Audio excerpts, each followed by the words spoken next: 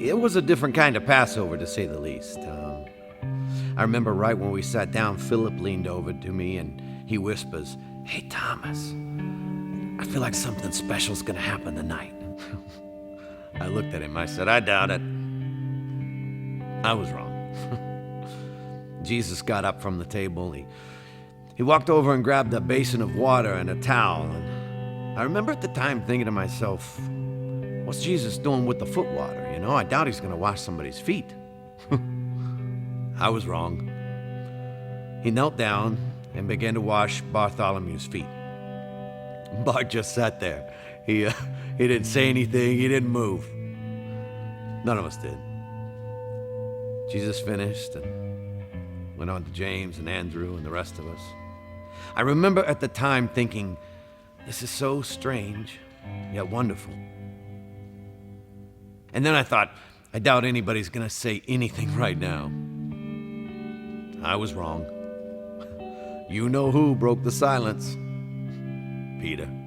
No way you're going to wash our feet. I mean, that's what I told him. He could wash other people's feet, but he wasn't going to wash mine. I looked at him and I said, Jesus, you're not going to wash our feet. I mean, you're the king.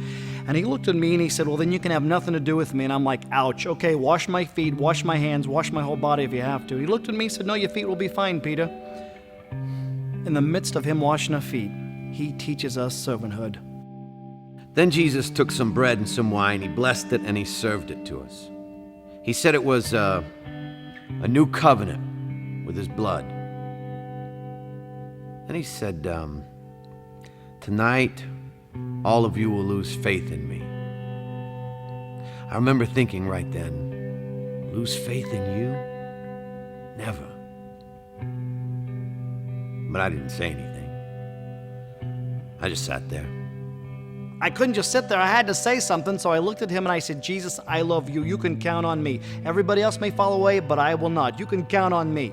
He looked at me and he smiled. And he said, Peter, you'll deny me 3 times for tomorrow morning. Ouch. The next thing I knew, we were wrapping things up and we were headed to the garden to pray.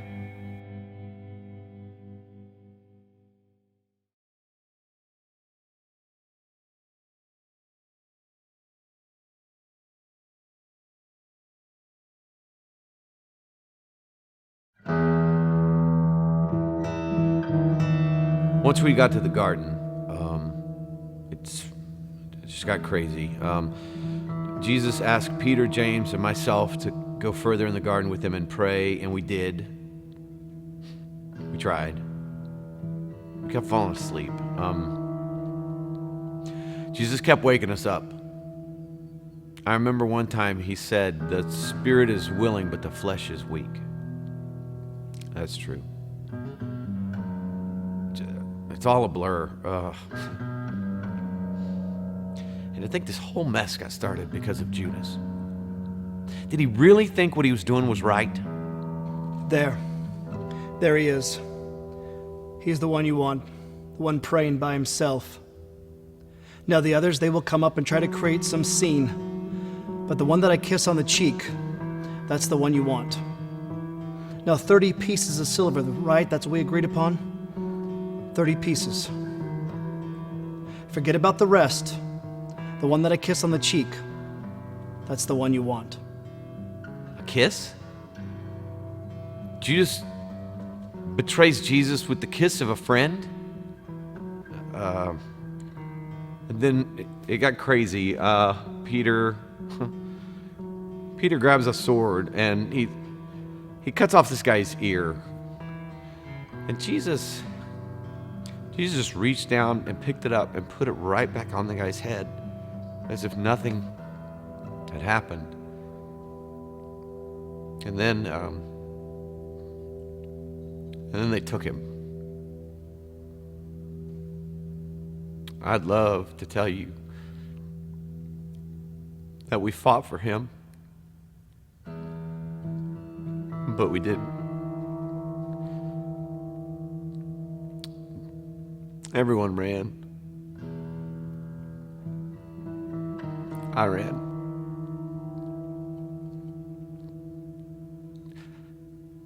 I'm so ashamed. What have I done? What have I done? Was I so stupid to think that I've killed him. I've killed him. I've crucified Jesus.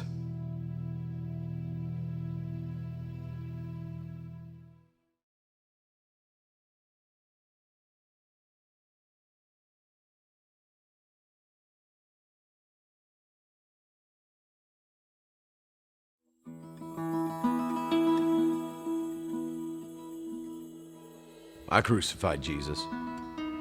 It's what the crowd wanted, and that's what they got. And personally, I don't feel like that man did anything to deserve that, but I was just a soldier doing my job.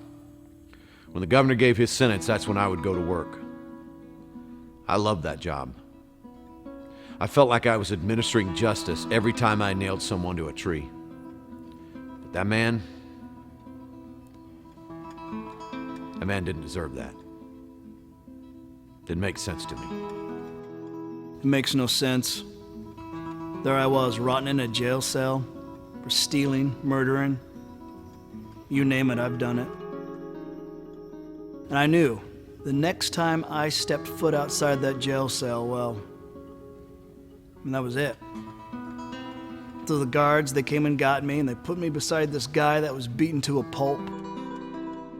Then Governor Pilate started asking the crowd, which one of these men do you want me to set free? I mean, it was obvious. The crowd, they're going to say, let Jesus go. And then I was going to tell them where they could go.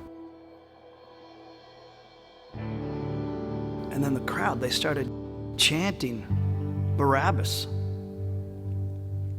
I mean, they were saying my name. They were saying my name over and over and over again. The guards, they threw me to the crowd, and they took Jesus to Golgotha. I mean, one minute I am a man marked for death, and then the next I'm free. It made no sense. So I followed him all the way to Golgotha. I was stationed at Golgotha that day. We just raised the second criminal when they brought him to me. I'll never forget the way he looked. He'd been beaten, spit on, whipped. He was unrecognizable as a man. Hideous.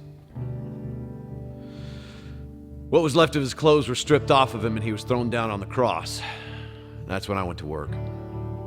Generally, when you crucify a man, the first hand is the most difficult. The criminal wants to get away, he fights you.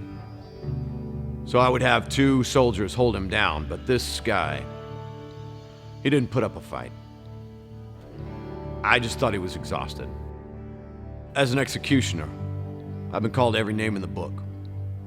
I've had men yell at me, plead with me.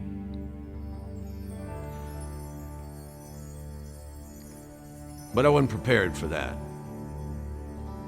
He looked at us. He looked at me.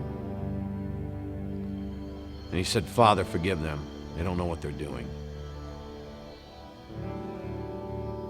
He forgave me.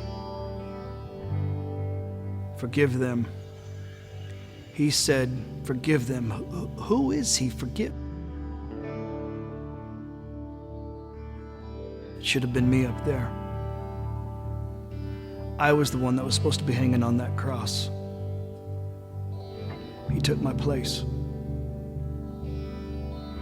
Then I looked up, and I remember he took a deep, agonizing breath, and he said, "It is finished." And then he died. Surely, this man was the Son of God.